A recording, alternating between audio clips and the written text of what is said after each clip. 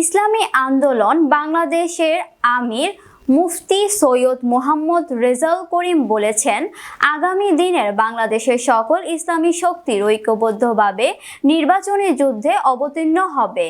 এই লক্ষ্যে এখন থেকে দলীয় নেতাকর্মীদেরকে ভালো আচরণ এবং নিজেদের কর্মতৎপরতার মাধ্যমে মানুষের হৃদয় জয় করার পরামর্শ দিয়ে তিনি বলেন, ইসলামী দলগুলো নিজেদের মধ্যকার ছোটখাটো ভেদাভেদ ভুলে গিয়ে ঐক্যবদ্ধ হতে পারলে আগামী দিনে বাংলাদেশের প্রধান রাজনৈতিক শক্তি হবে ইসলামপন্থী শক্তি।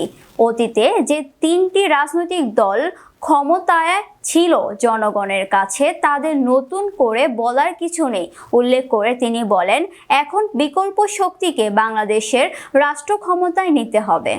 নোয়াখালীর প্রতিনিধি জানান, বৃহস্পতিবার নোয়াখালীতে ইসলামী আন্দোলন বাংলাদেশের আয়োজিত গণসমাবেশে প্রধান অতিথির বক্তব্যে এসব কথা বলেন। এই সময় তিনি আরো বলেন, বিগত 16 বছরে যারা দেশকে অর্থনৈতিকভাবে ভঙ্গুর করে দিয়ে দেশের টাকা বিদেশে পাচার করে দেশকে দেউলিয়া করে ফেলেছে এবং সর্বত্র জুলুম নির্যাতনের রাজত্ব কায়েম করে রেখেছিল, সেই ফ্যাসিবাদের বিরুদ্ধে সবাইকে কাঁধে কাঁধ মিলিয়ে কল্যাণ রাষ্ট্র প্রতিষ্ঠায় কাজ করতে হবে।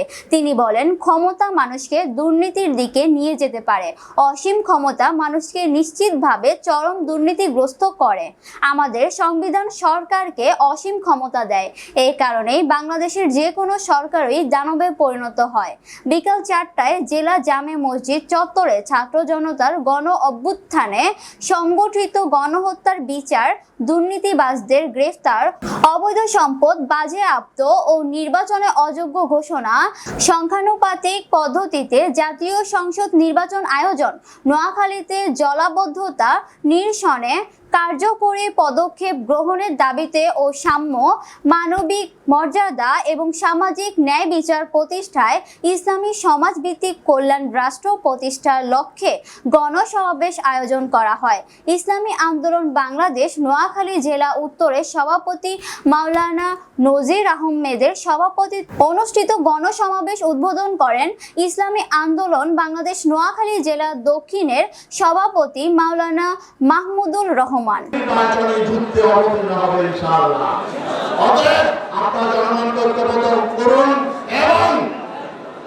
মানুষকে আদর্শের মাধ্যমে এবং নিজেদের কর্মতৎপরতার মাধ্যমে মানুষের হৃদয় জয় করার চেষ্টা করুন। আসুন আমরা সকল ইসলামী শক্তি আমাদের ছোটখাটো ভেদাভেদ ভুলে গিয়ে যদি আমরা ঐক্যবদ্ধ হতে পারি, আগামী দিনে বাংলাদেশের প্রধান রাজনৈতিক শক্তি হবে ইসলামপন্থী শক্তি। তিনি আহ্বান জানিয়েছেন, আমরা আশা করতে পারি আমাদের সকল ইসলামী দলের মধ্যে এই উপলব্ধিটা হয়েছে, দেশে যারা শান্তি চায় তারা অতীতে দেখেছে, অতীতে যারা ক্ষমতায় ছিল তারা পরীক্ষিত, অতীতে 3টা রাজনৈতিক দল ক্ষমতায় ছিল, তাদের নতুন করে বলার কিছু নাই।